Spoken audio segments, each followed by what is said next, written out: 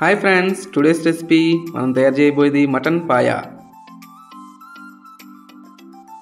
ముందుగా 2 స్పూన్ల ఆయిల్ వేసుకుందాం.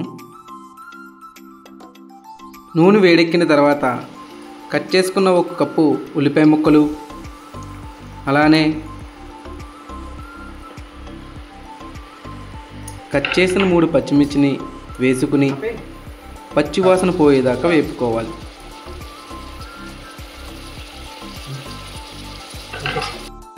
ఉల్లిపాయ వేగిన తర్వాత 2 స్పూన్ల అల్లం వెల్లుల్లి పేస్ట్ వేసుకోవాలి.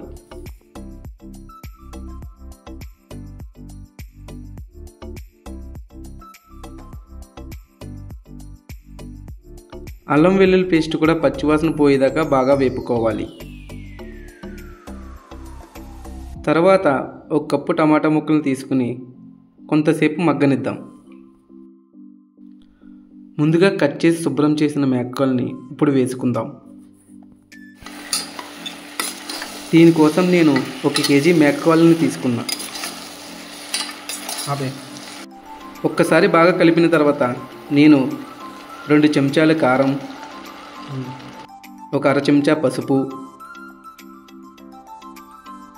సరిపడినంత ఉప్పు వేసుకుందాం.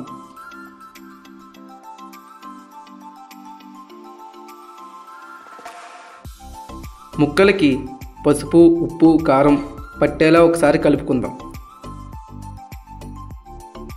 తర్వాత 1 చెంచా గరం మసాలా, 1 చెంచా మటన్ మసాలా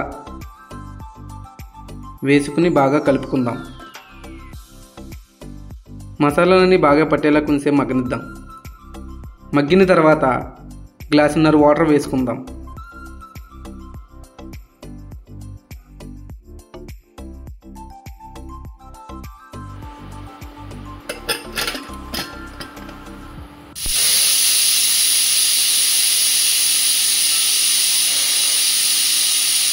ఈ ముక్కలు ఉడకడానికి మేము మొత్తం 8 విజిల్లు వేయించుకున్నాం.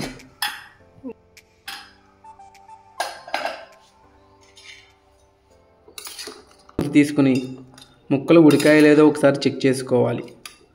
ఇక్కడ మా ముక్కలు పర్ఫెక్ట్గా ఉడికాయి.